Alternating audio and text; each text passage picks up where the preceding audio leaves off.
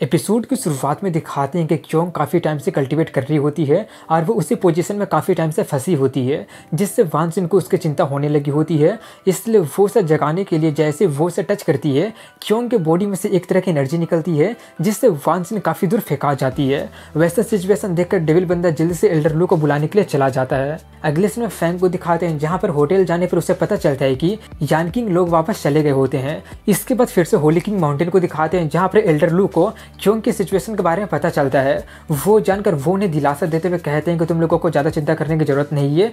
उसका बॉडी एक स्पेशल तरह का बॉडी में डेवलप हो गया है जिसके पास एक स्पेशल तरह का एबिलिटी होगा, इसलिए उसका बॉडी ऐसा हो गया है और ये पावर सुपर पावर लेवल वाले को भी सप्रेस कर दिया है। और सेक्रेट बुक में इसके बारे में कुछ रिकॉर्ड है कि सुपर लेवल के बाद सेक्रेट लेवल आता है जिससे कि एंसेस्टर लोग होली बॉडी कहा करते थे।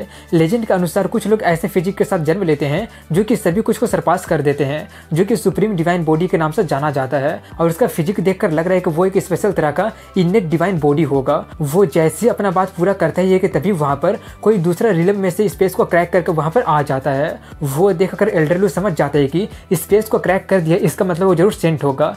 वहीं पर एक बुड्ढी को दिखाते हैं जो कि आकर काफी ज्यादा हैरानी से कहती है कि ये तो 9 हेवनली स्वान स्पिरिट बॉडी है। ये बोलकर वो क्योंग को लेकर जाने लगती है।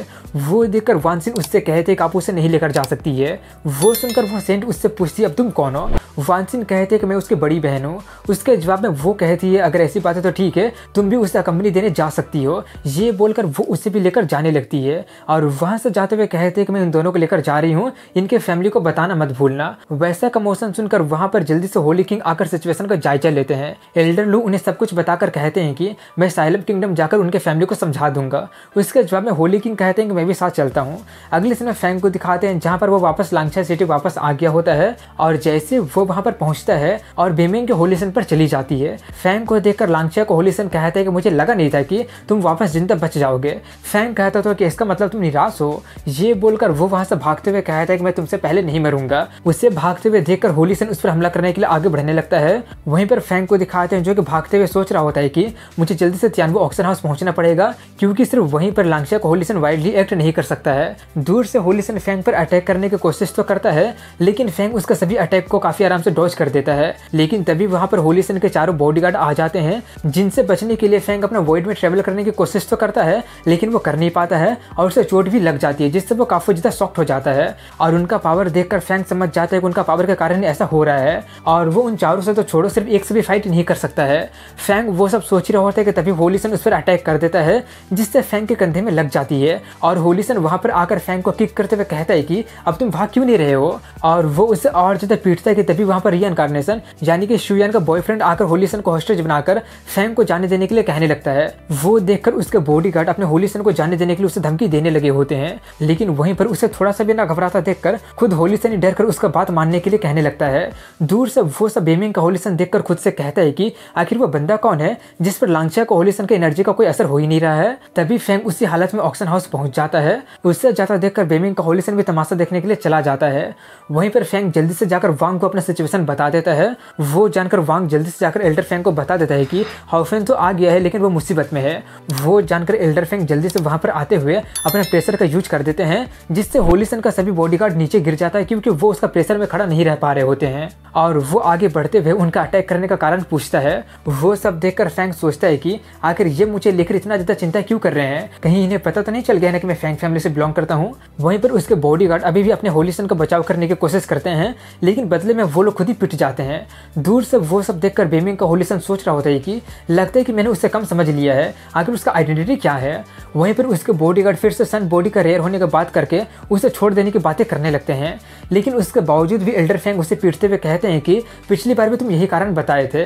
ये बोलकर वो होली सन को पीट देता है और उसका काम तमाम करने के लिए आगे बढ़ने लगता है लेकिन फैंग उसे रोक देता है।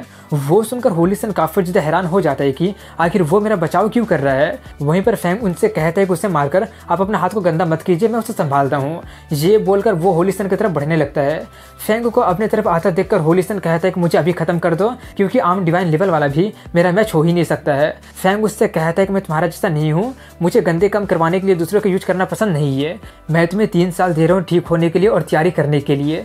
3 साल के बाद मैं तुमसे एंशिएंट सिटी के बाहर में लाइफ और डेथ का फाइट करूंगा। बोलो क्या तुम में हिम्मत है इसे एक्सेप्ट करने के लिए। उसकी वो सभी बातें सुनकर होली सन काफी ज्यादा हैरान हो जाता है और हैरानी से सोचता है क्या उसे सच में लगता है कि वो मुझे 3 साल में सरपास कर देगा।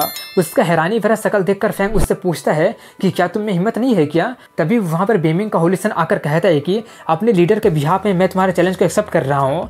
वो सब देखकर एल्डर फैंग उससे पूछते हैं कि तुम ये सब क्यों कर रहे हो। फैंग उससे कहता है कि मैं अपना खोया हुआ डिग्निटी को डिग्निफाई मैनर में रीगेन करना चाहता हूँ। ये सुनकर वो हंसते हुए कहते हैं कि तुम्हारे पास सच में बैकबोन है, तुम मेरा फैंग फैमिली से बिलोंग करना डिजर्व करते हो। वो सुनकर होली सन सोचता है तो इसका मतलब वो फैंग फैमिली से बिलोंग करता है, इसलिए इतना ज़्यादा दिखावा कर रहा है। तभी फैंग लोग अंदर बातें करने के लिए चले जाते हैं और दरवाजा बंद कर लेते हैं। वो सब देखकर होली सन कहता है कि लगता है कि होली लैंड का एक और पावरफुल दुश्मन बन गया है। बीमिंग का होली सन उससे कहता है कि फैंग फैमिली अपना साइकिक वेपन को खोने के बाद एक टूथलेस टाइगर बनकर रह गया है, इसलिए उससे डरने की जरूरत नहीं है। उसकी बातें सुनकर एक गार्ड पूछता है आखिर आपका मतलब क्या है। वो बताते हैं कि लाइट अलायंस इंपेरियल सिटी में एंटर करने का प्लान बना लिया है और उसके लिए वो लोग फैंग फैमिली को रिप्लेस करने के बारे में सोच रहे हैं। वहीं पर अंदर में दिखाते हैं जहाँ पर फैंग उसे अपना असली नाम पता बता देता है और वो सिल्वर मून जेड भी उसे दे देता है और देकर उन्हें आगे बताता है कि वो जेड मेरे एंसेस्टर का है जो कि जाने से पहले रेलिक के जैसे छोड़कर गए थे। तभी एल्डर फैंग को उस जेड में से एक तरह की एनर्जी फील होता है जिससे वो थोड़ा सा चौंक जाता है। वो देखकर फैंग पूछता है वो क्या है। एल्डर फैंग बताते हैं कि एम्परर का ब्लड लाइन काफी ज्यादा अजीब ब्लड लाइन है और सिर्फ ग्रेट एम्परर का डिसेंडेंट ही उसे इनहेरिट कर सकते हैं। एम्परर वेन काफी ज्यादा रेयर होते हैं, यहाँ तक कि एंशिएंट इंपेरियल फैमिली जैसे फैंग फैमिली के पास भी हजारों सालों में सिर्फ एक ही एम्परर वाइन हुआ है। सिर्फ इसी के एग्जिस्टेंस के कारण ही फैंग फैमिली अभी तक इंपेरियल सिटी में अपना पोजीशन को बनाए हुए है और अभी तक एक्सपेल नहीं हुआ है। इतना बोलकर वो खुद से कहता है कि कहीं ये फैंग नी का एंसेस्ट्रल जेड पेंडेंट तो नहीं है ना। ये बोलकर वो फैंग को उस पर अपना खून का एक बूंद डालने के लिए कहता है, इसीलिए फैंग वैसे ही करता है जिससे वो रिएक्ट कर जाता है। जो देखकर एल्डर फैंग काफी ज्यादा एक्साइटेड होकर कहने लगे होते हैं तो क्या इसका मतलब तुम फैंग नी एंसेस्टर के डिसेंडेंट हो। ये बोलकर वो उसे किसी दूसरे जगह पर आगे का बात करने के लिए लेकर चला जाता है जहाँ पर फैंग फिर से अपने एंसेस्टर का कोर्स निकाल कर रख देता है। जो देखकर एल्डर फैंग जल्दी से उन्हें प्रणाम करते हुए कहने लगा होता है कि मैं फैंग हैंग हूँ, आप हमारे ब्रांच को छोड़कर कैसे चले गए थे। वो सब देखकर फैंग पूछते हैं कि एंसेस्टर फैंग नी आखिर घर से भाग क्यों गए थे। एल्डर फैंग बताते हैं कि ऐसा कहा जाता है कि जब लांगचा के एक्सचेंज का टॉम ओपन हुआ था तब उसमें से एक तरह का बिस्ट भाग गया था। फैंग नी एंसेस्टर को ये डर था कि वो बिस्ट बहुत ही बड़ा डिजास्टर का कारण बन सकता है, इसलिए वो उसे मारने चले गए थे। लेकिन मुझे लगा नहीं था कि वो जाने के बाद वापस कभी लौट के आएंगे ही नहीं और मेरा फैंग फैमिली के एम्परर आर्मी यानी कि साइकिक वेपन को भी हम लोग खो देंगे, जिससे हमारा ब्रांच फैंग फैमिली में सर्वाइव नहीं कर पाएगा। मैं ऑलरेडी 800 सालों का हो गया हूँ और अगले 100 सालों में मैं फॉरबिडन एरिया ऑफ लाइफ में एम्परर आर्मी को ढूंढने के लिए जाऊंगा। फैंग उनसे पूछता है कि जिस एम्परर आर्मी का आप मेंशन कर रहे हैं क्या वो एक सोर्ड है। ये बोलकर वो सोर्ड को निकाल देता है जिसे देखकर एल्डर फैंग काफी ज्यादा इमोशनल हो जाता है। तभी फैंग उससे कहते हैं कि आप ज्यादा चिंता मत कीजिए, एंसेस्टर फैंग नी फैंग फैमिली को जितना वो करते हैं उसके लिए मैं जरूर फैंग फैमिली को कंपनसेट कर दूंगा। ये सुनकर वो उसका हाथ पकड़ते हुए कहते हैं कि सिर्फ हमारे ही नहीं बल्कि पूरा फैंग फैमिली का रिवाइव करने का होप तुम पर है, अभी भी ज्यादा लेट नहीं हुआ है, तुम अभी मेरे साथ फैंग मैंसन चलो। लेकिन फैंग मना करते हुए कहते हैं कि मुझे अभी भी जिन डायनेस्टी में कुछ काम है जिससे कि मुझे ही करना है। इसके जवाब में एल्डर फैंग कहते हैं अगर ऐसी बात है तो कोई बात नहीं, तुम जाकर पहले अपना काम खत्म करके आओ और मैं भी यहाँ पर तुम्हारे एम्परर वाइन को एक्टिवेट करने का तैयारी करके रखता हूँ, तुम 2 महीने के बाद यहीं पर मुझसे मिलना। अगले सीन में उसी सेंट को दिखाते हैं जो कि फैंग का जान बचाया होता है। वो फॉरबिडन एरिया ऑफ लाइफ में जाता है और कहते हैं कि उसके पास सच में मास्टर गॉड का सोल है, मैं उसके बॉडी में सोल फ्लक्चुएशन को फील कर पाया हूँ। उसकी बातें सुनकर कोई तो वहाँ पर होता है जो उससे कहता है कि मैं तो उसे उसी वक्त सेंस कर लिया था जब वो पिछली बार यहाँ पर आया था, उसके साथ कुछ भी गलत नहीं है। सेंट बताते हैं कि वो फैंग नाम के बंदे का डिसेंडेंट है जो कि उस वक्त उसकी बात को काटते हुए वो अनजान इनविजिबल बंदा उससे कहता है फैंग सरनेम वाला बंदा वो तो वही जिद्दी लड़का था ना जो कि टेंपल गेट पर 9000 से ज्यादा दिनों तक नील डाउन किया था सिर्फ और सिर्फ ताऊ को ढूंढने के लिए।